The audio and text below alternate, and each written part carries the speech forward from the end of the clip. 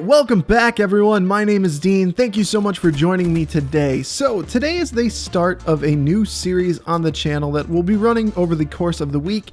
We're calling it Black Ops 3 A Year in Review. Now basically what this is and why I'm doing this is, well, next week we have the Infinite Warfare beta finally releasing, and what this means is that Black Ops 3 is pretty much done. We've seen the end of it and it's time to judge it, sort of. So I wanted to give my opinions on some of the topics in Black Ops 3, some top 5 lists, some good, the bad, you know, whatever. This will be something that we run over the course of the week from Monday to Friday. So if you enjoy it, well, let me know.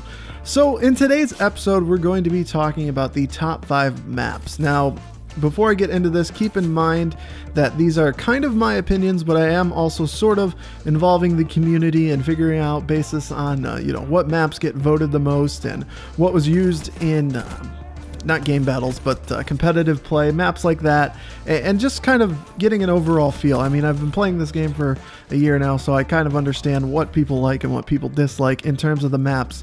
Now, another thing that I should mention is that we are going from bottom to top, so we will start at number 5 and work our way to number 1. So let's start out with number 5 today, which is Redwood. Now, for me, Redwood is a very traditional map.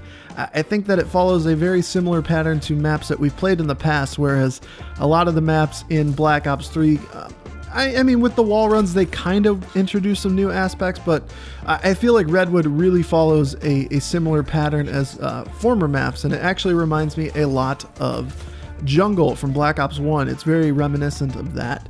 I think that the streaks do really well on that map because it is so open, and that's something that people really enjoy and people really like.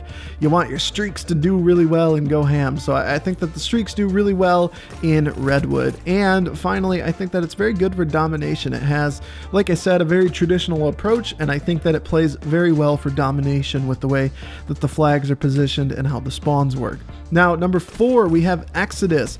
Now, Exodus is kind of more an opinion for me. I don't know that this is a lot of people's favorite map, but I really liked Exodus, especially when they brought it back, because they kind of took it out of the rotation for a while there, if you didn't know that, and they brought it back, and it is a great map for shotguns. And if you know me, I love my shotguns, and Exodus plays extremely well with shotguns, so that's a reason that I really like the map. It has really good close quarters because people don't really go to the other side of the map. They're mostly fighting for control in that middle building. So a lot of the map is very close quarters, which is another thing that people really love. And to me, it's the closest thing you're going to get to boots on the ground because, like I said, that whole battle kind of takes place in that building on the left side. So a lot of the battles are boots on the ground. There's not a whole lot of jumping. Of course, you can jump into that window, but to get into that building, that is. But if you're jumping into the window, is it really that much more different than, mantling into the window? It's really the same thing if you think about it. So to me, it's the closest thing that is to boots on the ground, which is what people really want. Now, number 3 for this episode, for this Black Ops 3 year in review, is Breach. And again, this is kind of a personal opinion. To me, Breach works well with every single gun in the game, which is very important. You want the map to be able to use with every single weapon. You want to play whatever style that you're comfortable with. So Breach is very good with every single weapon in the game, every single gun in the game, and it has a great size. I think that it's a really good sized map, which is very important. It's not too big, it's not too small, so the flow of it is very good, and the walls are really good for flanking. Now, obviously in Black Ops 3 we have the new movement system, and I think that Breach does a really good job of using that new movement system without being too over the top. It's very good for flanking with the walls. Number 2, now I have to mention that this is not my particular choice, but and I think it might be number 1 for a lot of people.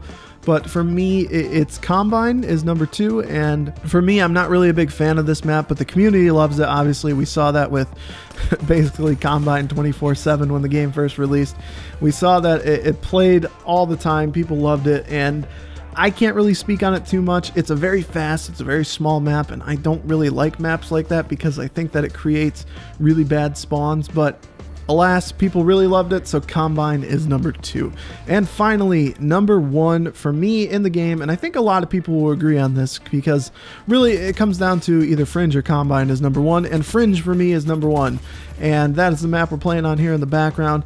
And for me, this has a perfect size to it. It has great flow, and really it's the size that makes the difference for me. It has a really great size to it. It's a square map, but it still has 3 lanes, and I think it is a great map. You can play it on any game mode, kind of like how I talked about in the Standoff remake.